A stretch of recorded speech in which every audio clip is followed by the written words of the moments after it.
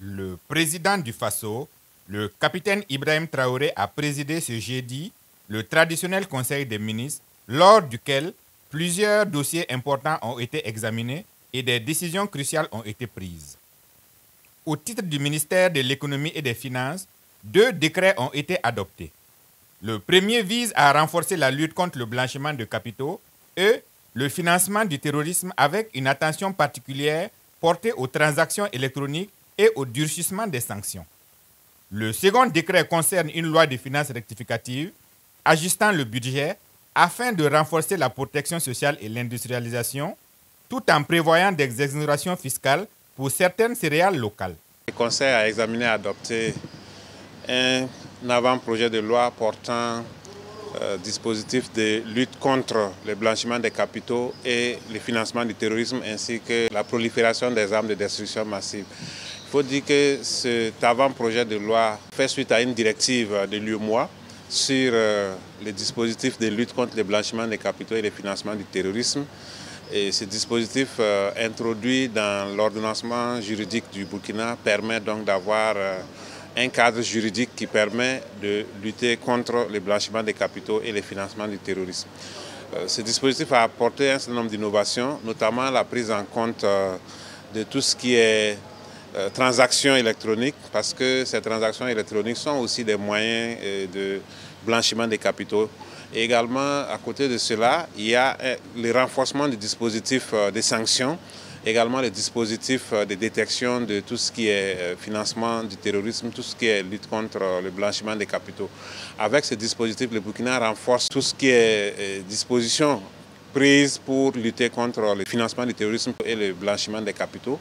Et également, cela va renforcer le dispositif d'accompagnement de la sortie du Burkina de la liste grise du Gafi, parce qu'il y a une surveillance rapprochée actuellement depuis 2021 et le Burkina travaille à sortir de cette liste grise. Un certain nombre d'efforts ont été fournis et nous continuons également dans ce sens pour qu'à la fin de l'année 2024, nous puissions sortir de la liste grise et faciliter donc les transactions à l'international pour les institutions financières du Burkina. Le Conseil a également adopté un avant-projet de loi portant loi de finances rectificative. Il faut dire qu'à mi-parcours, le point de l'exécution du budget a été fait et il est ressorti la nécessité de faire des ajustements pour tenir compte des nouvelles initiatives qui ont été prises et également des enjeux du moment. Il faut noter qu'il y a eu les initiatives présidentielles pour l'éducation et également pour la santé. Et pour financer ces initiatives, donc, il a été fait des ouvertures sur le budget pour pouvoir prendre en compte ces initiatives. La nouvelle loi des finances rectificatives qui est prévue va permettre de renforcer tout ce qui est dispositif de protection sociale et également le capital humain, donc santé, éducation, mais également des dispositions ont été prises pour pouvoir accompagner l'industrialisation du pays. Donc, ce qui a été prévu, c'est un rehaussement au niveau des recettes et une réduction des dépenses, mais surtout une meilleure répartition pour prendre en compte les questions de santé et les questions d'éducation. En ce qui concerne donc les modifications législatives qui ont été apportées, il a été prévu surtout une exonération de la production de farine de blé, de maïs, de sorgho et d'autres céréales produits localement. L'idée étant de faire en sorte que les entreprises qui font ces céréales-là sur le plan local puissent être beaucoup plus compétitives et également contribuer bien sûr à renforcer les dispositifs en place pour l'industrialisation suite à l'offensive agro-silvopastorale qui est en cours. Et il faut également dire qu'il y a quelques ajustements techniques qui ont été proposés au niveau du Code des impôts. Et ensuite, tout ce qui a été pris comme mesure pour la production de permis urbain d'habiter dans le cadre de l'opération spéciale envisagée pour la promotion immobilière a été prise en compte dans le dispositif parce qu'initialement c'était un décret, mais pour renforcer donc la force juridique, cela a été prévu donc dans la loi, donc ce qui va nous permettre de pouvoir rectifier le budget 2024 et aller vers un budget qui nous permet d'atteindre les objectifs, notamment les objectifs sociaux en termes d'éducation, en termes de santé. Il faut dire que dans les dispositifs de modification des textes en matière de fiscalité, il n'a pas été prévu donc, de nouvelles taxes. Au contraire, il a été prévu des exonérations et également des ajustements pour mieux maîtriser donc, la collecte des taxes actuelles.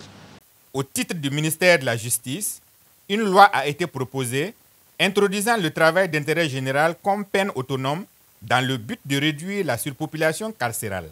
Le Conseil a adopté un avant-projet de loi qui porte administration du travail d'intérêt général. En rappel, le travail d'intérêt général était régi par une loi du 6 avril 2004 qui, à la pratique, à l'application, s'est révélé un certain nombre d'insuffisances. Pour relever ces difficultés et permettre au travail d'intérêt général d'être une réalité, il a été nécessaire de la relire. Les réformes qui sont entreprises visent à permettre d'avoir une justice crédible, accessible, qui réponde aux attentes de nos populations. Et effectivement, on ne peut pas faire de réformes qui répondent à cet objectif et laisser de côté le surpeuplement carcéral. Et comme vous le savez, nos prisons sont aujourd'hui pleines de personnes condamnées pour X raisons. Donc pour résoudre ce problème, il était nécessaire de s'attaquer à l'origine de cette surpopulation carcérale. Cette surpopulation carcérale se retrouve au niveau de nos prisons parce que des peines de condamnation sont prononcées. La peine de travail d'intérêt général vise effectivement à résoudre ce problème parce qu'il sera prononcé en remplacement de l'emprisonnement systématique qui est prononcé pour que ces personnes se retrouvent au niveau de nos prisons. Alors, quelles sont les innovations majeures de cette loi par rapport à celles qui existaient déjà en 2004? Il faut reconnaître qu'à travers ce projet de loi qui va être certainement transmis à l'Assemblée législative de transition, la première innovation, c'est que le travail d'intérêt général devient une peine autonome. Son prononcé n'est plus soumis au consentement du prévenu. Parce qu'avec la loi de 2004, il fallait que le prévenu, bien entendu, donne son consentement pour que la peine d'intérêt général soit prononcée. Avec ce projet de loi, il n'y a plus de consentement. C'est une peine autonome qui pourrait être prononcée comme toutes les autres peines d'emprisonnement.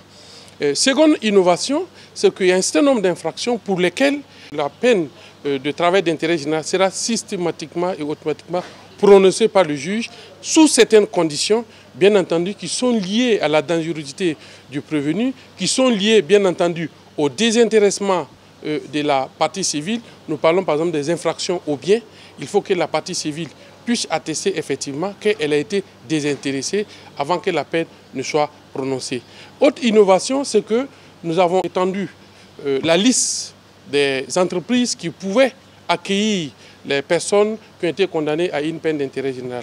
Avant, c'était exclusivement l'administration publique, mais aujourd'hui, même les entreprises privées peuvent effectivement recevoir les condamnés à une peine d'intérêt général. Donc lorsqu'elle va être adoptée, même les personnes qui sont actuellement condamnées peuvent demander le bénéfice effectivement de cette loi en raison d'un mois de travail d'intérêt général pour 3 mois d'emprisonnement. Donc cette loi, comme je le dis, va nous permettre effectivement de désengorger nos prisons, de faire en sorte que ceux qui ont fauté et qui ont causé du tort à la société puissent effectivement s'amender et retrouver une réinsertion sociale plus efficace et permettre effectivement que cette population, cette main-d'œuvre puisse être utilisée pour accompagner les projets de développement de notre pays. Enfin, au titre du ministère de l'Urbanisme, il a été validé un programme ambitieux de développement urbain visant à moderniser nos villes, rénover nos quartiers historiques et aménager les villes secondaires conformément à la vision du président du FASO. Le ministère en charge de l'urbanisme a soumis au Conseil des ministres un programme intitulé « Programme de développement urbain » et le Conseil a approuvé ce programme et a autorisé le ministère à poursuivre son élaboration. Alors ce programme vise essentiellement à moderniser nos villes, à donner un autre visage de nos villes. Donc il comporte un certain nombre de composantes majeures, dont la première concerne tout ce qui est aménagement à l'intérieur de nos villes.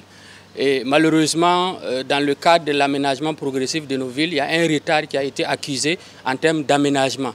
Donc tout ce qui est question de voirie urbaine, tout ce qui est question d'assainissement d'eau pluviale, d'aménagement en tout cas des réseaux d'assainissement de nos villes. Donc une première composante principale va permettre de prendre en charge toute cette question-là. Il y a une deuxième composante qui concerne tout ce qui est modernisation, rénovation des cœurs historiques de nos villes, des quartiers anciens de nos villes. Naturellement, cela va se faire en concertation avec le ministère en charge de la culture. Et la troisième composante concerne également tout ce qui est ville secondaire. L'aménagement est étendu également au niveau des villes secondaires et également toute la partie gouvernance, l'élaboration des outils de gouvernance, de planification urbaine. Donc, le chef de l'État, le président du Faso, a donné des instructions, sa vision sur ce que doit être, ce que doit ressembler nos villes dans les prochaines années. Et cette vision sera naturellement déclinée dans la phase préparation, dans la phase élaboration de ce programme-là.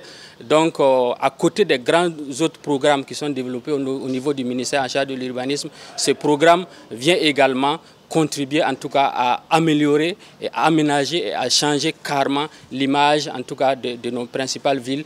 Et je pense que l'autorisation aujourd'hui va nous permettre de poursuivre, de développer le programme et d'aller vers la mobilisation de financement pour sa mise en œuvre.